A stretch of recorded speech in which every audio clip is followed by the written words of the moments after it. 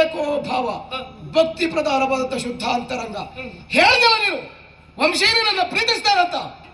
ನೋಡೋಣ, ನಿನ್ನ ಮೈ ಮನಸ್ಸೆಲ್ಲವೂ ಸಹ ವಂಶೀಯ ಕುರಿತಾಗಿ ಪ್ರೀತಿಮಯ ಪ್ರೇಮಮಯವಾಗಿದ್ದು ಸತ್ಯವೇ ಹೋದಂತಾದ್ರೆ ದೇವರ ಕೋಣೆಯಿಂದ ತಂದಂತ ದೀಪವನ್ನು ಮುಟ್ಟಿ ಆಳೆ ಮಾಡಿ ಹೇಳು. ವಂಶಿ, ಕಾಯಿನ ವಾಚ ಮನಸ್ಸ, ದೇಹ ಮನಸ್ಸು ಮಾತು ತ್ರಿಕರಣ ಶುದ್ಧತೆಯಿಂದ ನಾನಿನ್ನ ಆರಾಧಿಸ್ತಾ ಇದ್ದೇನೆ.